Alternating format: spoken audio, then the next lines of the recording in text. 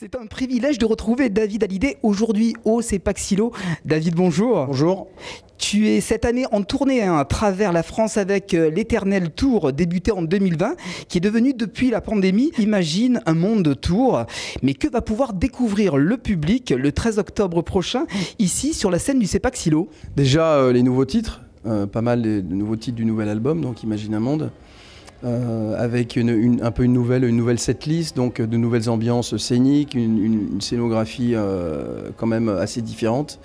On a retravaillé les images, on a de nouveaux effets spéciaux, tout ça, donc on a vraiment on a un super show bien punchy et tout, donc je suis vraiment très content de la tournure que ça prend ici. Donc on est au Silo depuis 4 jours, en train de synchroniser tout ça et j'ai hâte d'y être déjà, donc ça prend une belle tournure. Et nous, on a hâte aussi de découvrir tout ça. Et quel a été ton processus créatif pour faire naître ce tout dernier album, Imagine un monde, dans ce contexte de pandémie où la culture a été totalement bloquée? Dans ces conditions, il y a deux solutions. C'est ou se laisser aller, ou continuer d'être créatif. Donc j'ai pris cette formule-là et j'ai essayé de faire ressortir des émotions. Donc c'est un album qui est essentiellement basé sur mon ressenti des choses, parce que même si on était coupé de nos proches, des gens qu'on aime et du monde, c'est vrai que je ressentais quand même une certaine, on va dire un problème climatique, social, même si on ne voyait pas les gens, on sentait que vraiment le monde était mal en point, quoi. Donc ça a amené une volonté d'écrire des choses, d'écrire Imagine un monde, d'écrire Hallucinogène, d'écrire des titres comme ça, Vie tes rêves. J'avais envie de me projeter dans un monde meilleur que dans ce monde actuel, en fait. Donc j'ai un peu rêvé, j'ai un peu optimisé un petit peu le monde dans lequel on vivait à ce moment-là, et puis ça a donné cet album, quoi. Et quel serait pour toi le monde parfait, le monde idéal? Ah non, il ne faut pas un monde parfait, non, on s'ennuie avec un monde parfait. Il faut quand même qu'il y ait des failles.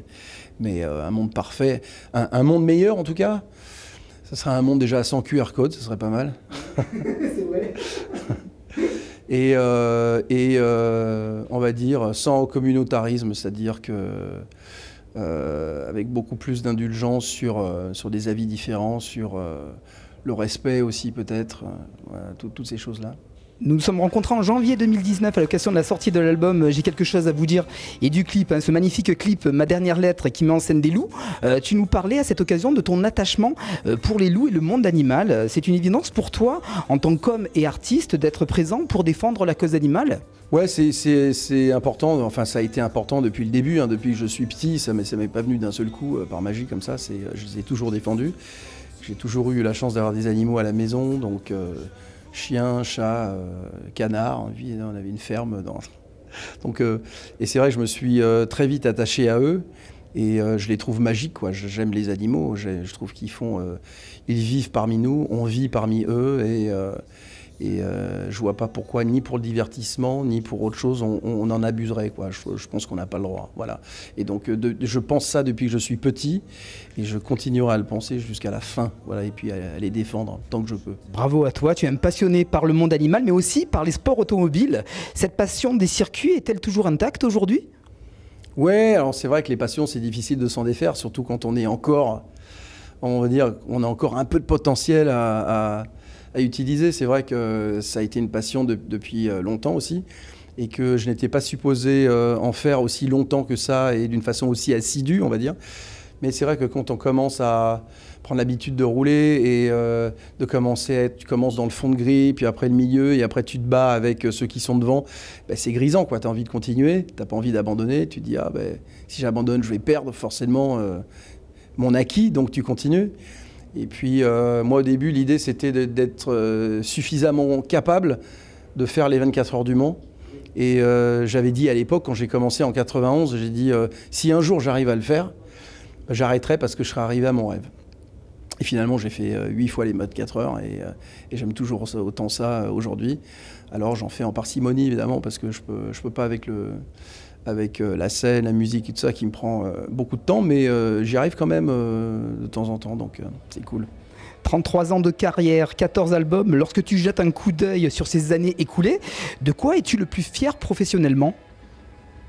Professionnellement, Je sais pas, j'ai un parcours assez atypique parce que j'ai commencé aux États-Unis, je vivais là-bas depuis l'âge de 10 ans, j'ai appris et commencé mon métier là-bas. Donc je pense que toutes ces années, chaque période a été une période, on va dire, avec plein de rebondissements, des bonnes choses, des moins bonnes choses, mais essentiellement des bonnes choses.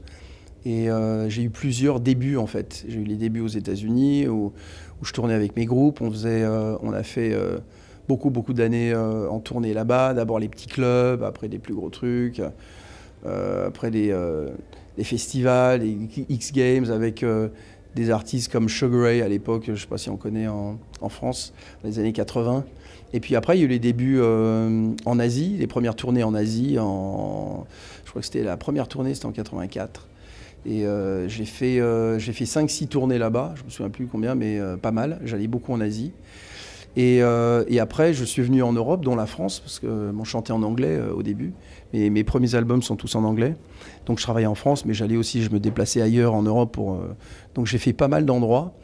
Et c'est vrai que c'était des années un peu magiques, et puis des années de découverte aussi. J'étais beaucoup plus jeune. On s'en foutait de tout, on avait moins on pensait moins aux problèmes, on était moins entrepreneurs, quoi. Donc avec le côté adulte vient plus de problèmes et plus de...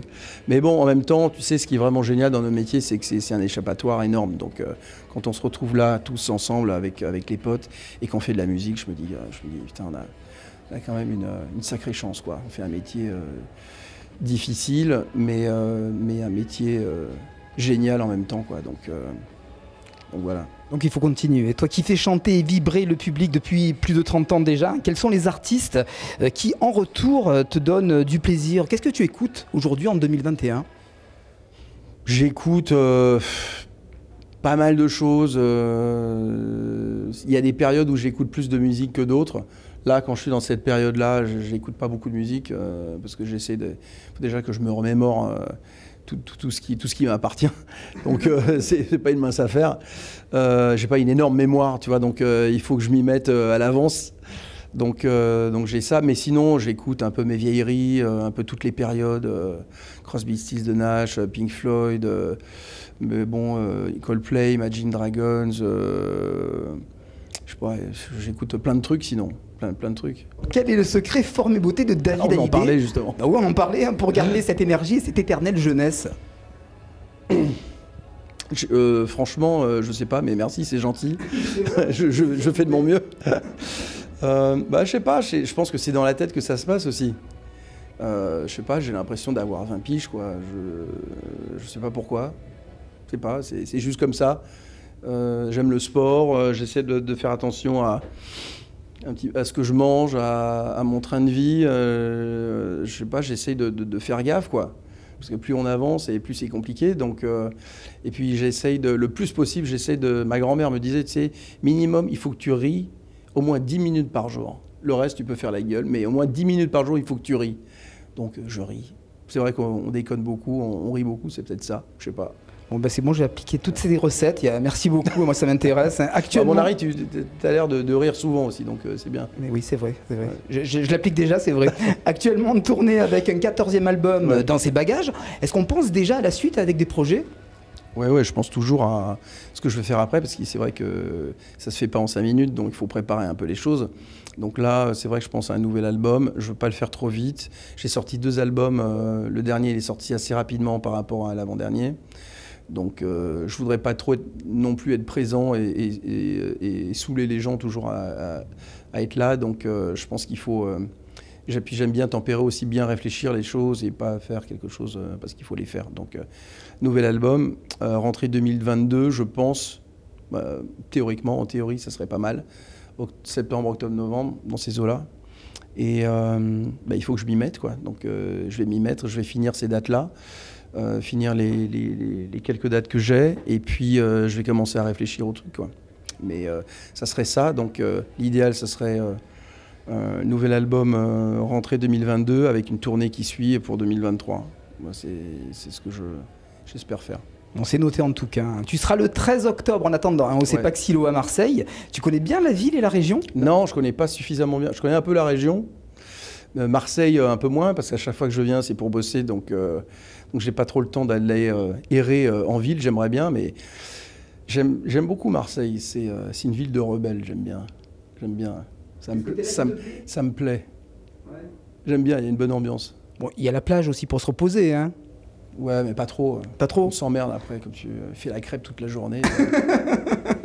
Et puis c'est mauvais pour la peau, tu me demandais quoi. Oui. C'est logique.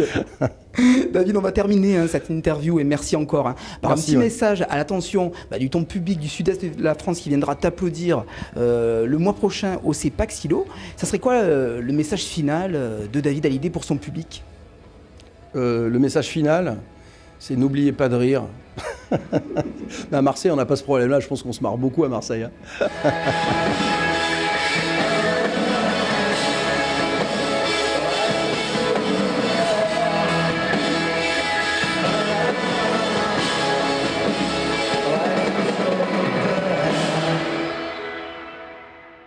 That's right.